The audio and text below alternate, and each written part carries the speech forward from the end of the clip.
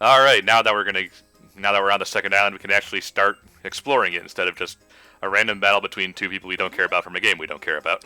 What's that little waterfall thing in the background? Oh, That's a fountain. Oh, you're talking about the That's water a fountain? Oh, The actual water fountain? No. The water fountain. In that's the not a direction. cube. That's a D12.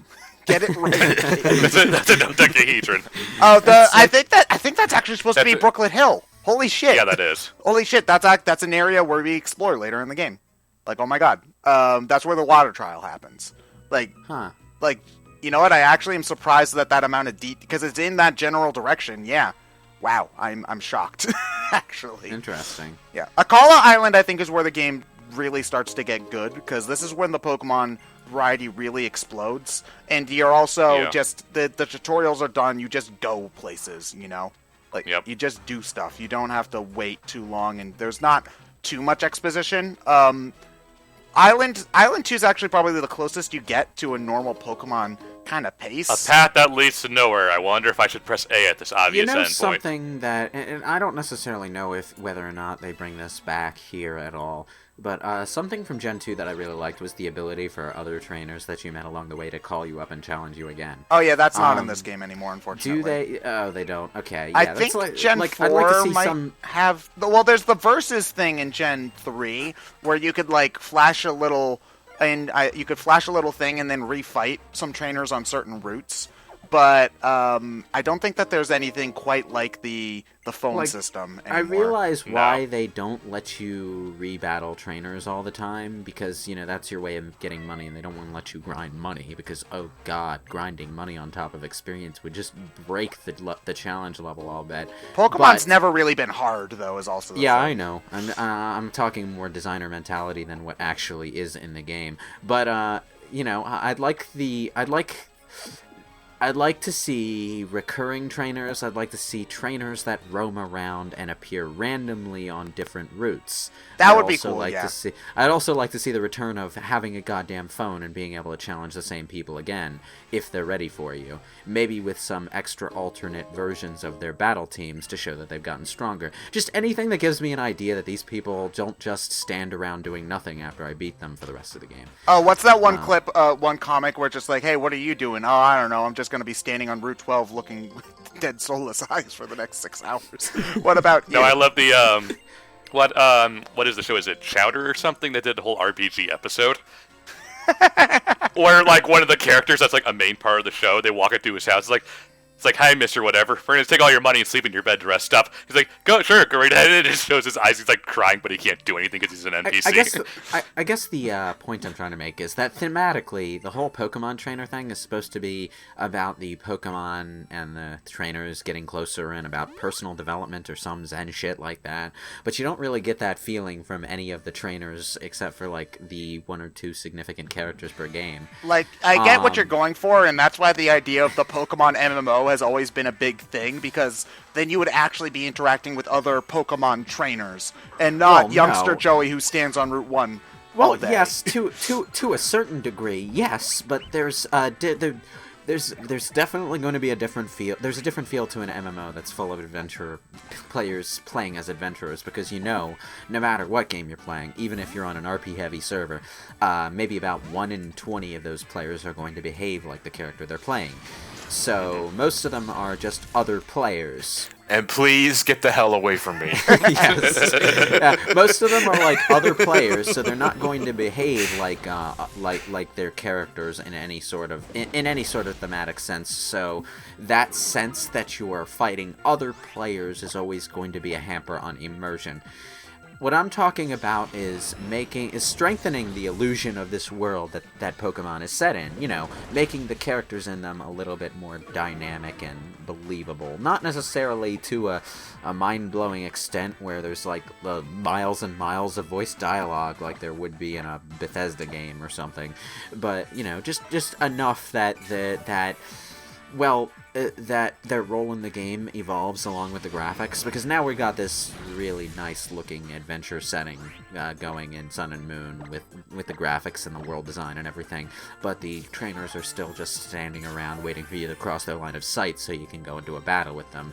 Yeah, I agree. Like, having like a couple dozen like recurring Pokemon trainers that you know what? Actually, this is reminding me of. There actually is one in Ultra Sun. Yeah, there is. But I'm reminded of Breath of the Wild, where you would just randomly walk across another adventurer while you were walking down the path. That's little small touches like that go a long way to sell that these people are people rather than just variables in a program. NPCs. Yeah. The thing about it is, it's easier to buy stuff like the trainers standing around waiting for you to cross their line of sight so that you can battle them in a game with limited graphics like Gen 2 or Gen 3, where everything in the game, from the shape of the geometry to the art style, is very video gamey.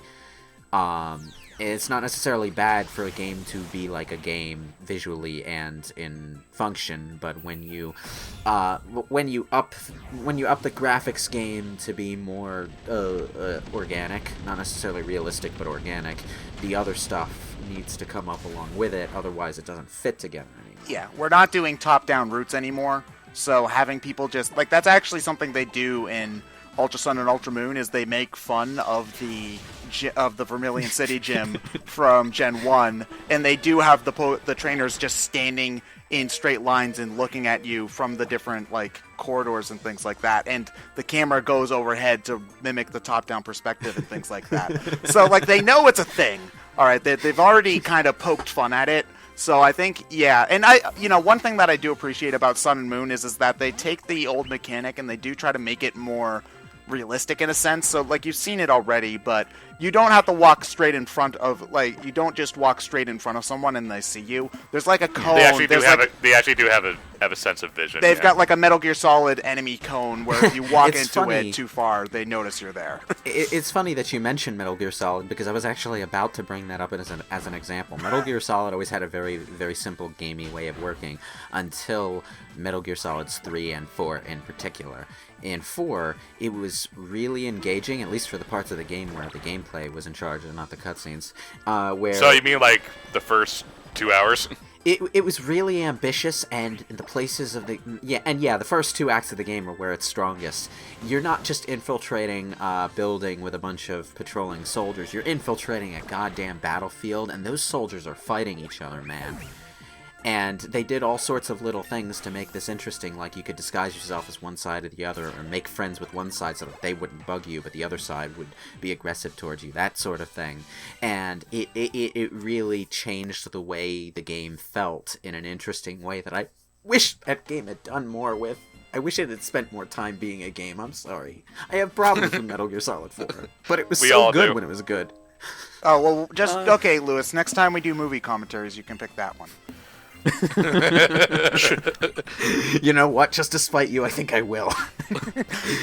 Okay, I'll bring my tent, because that's gonna take I'm going to prone crawl everywhere.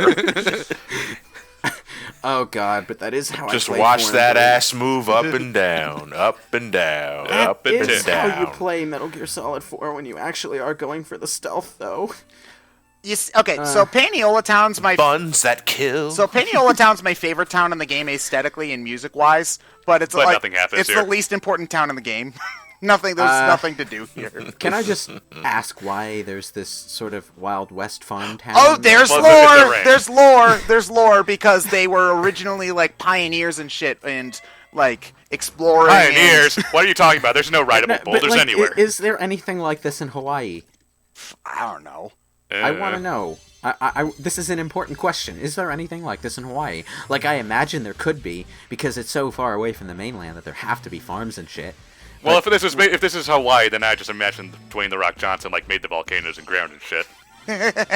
Yeah, like you're welcome, what everybody. The fuck? Yep, it becomes a truck. And what the fuck? It becomes a battery. That's what it is. It's a truck. It's got the freaking lights. Oh God, that's better than that monster from Final Fantasy VII. That's just a house. Now here's the. What are you talking about? That is a high threshold. So here's the thing. This guy evolves into one of the best Pokemon in the game, but it doesn't. It only evolves in a specific location because Pokemon hates your convenience. So it's going to be this specific form, which is going to be subpar for the entire. Well, no, it's island. fine. It's fine for it's fun for now. Yeah, but for all of Alola Island, it's going to be like this really, really weak hindrance on his team. And this is another trade it over to another version. No, evolve it case. Well, I mean, you can do that. That's what I'm going to do if I ever use Vikavolt on my team ever again. So, well, the thing is, Vigavolt's a great Pokemon. Yeah, but it's Charge-a-Bug. It's again, the thing about bug Pokemon is that they evolve quickly. So Miltank. I'm having war flashbacks. It's okay. There's actually a cute little scene in this where you have to like tame a Tauros, and they get this Miltank to try to like. It's kind of like it's the mistress, and it like tames naughty Tauros. Somehow I knew that the Forest Dryad would be a goddamn farm girl. She just has that look, like she just walked out of Harvest Moon or Stardew Valley or something. Well, she's the cook actually. Her big thing is cooking. So her trial's actually one of the more interesting ones, which we'll get to. But she's hanging out with the cows on the farm. Yeah, because she likes the milk for her ingredients. Yeah. It's the farm girl stereotype. Kind of, yeah. Yeah, so now we have Stoutland Search, which I never use because I'm just mashing A whenever I walk around anyway. There are two character stereotypes that always look the same no matter what you see them in. One is the farm girl stereotype, and the other is the mechanic girl stereotype. The Winry Rockbill. Yeah, there's no mechanic stereotype for a girl in this game anyway. That's a dude in this one. Sophocles.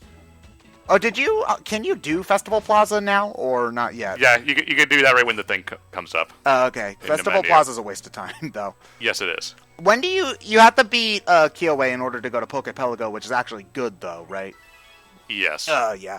Pokepelago. Do you show off any of Pokepelago? Because that's like legit one of my... No, I don't. That's like legit one of my favorite parts of the game. So Pokepelago, is that like the? Okay, so you know how normally in Pokemon, your Pokemon in your PC box just sit there indefinitely until the end of time.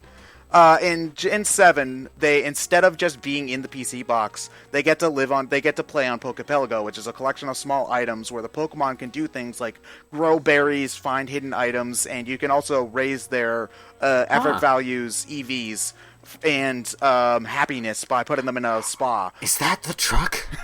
Oh, yeah. There's no Mew underneath it. There's a Mew underneath it. If you hold your 3DS upside down and beat the Elite Four 15 times, you can use Strength on the truck and Mew will be there. On a Wednesday. On a Wednesday. When it's raining. On 5:52 a.m. Specifically. Yes. On February 33rd. While daylight savings is passing. Okay, so these pseudo-wudo are blocking the road. But can you get out of the way, little boy? Honest? Yeah, because we could just walk around them. Like, I mean, I don't know why we can't just fight them in a Pokemon battle or whatever. But we have a water-type Pokemon. Yeah. Kind of reminds me of Snorlax. Why couldn't we just wake it up by shooting it with fire or something? Or why can't I just throw the Pokeball at it? I mean, it's already asleep. That already increases my odds of catching it.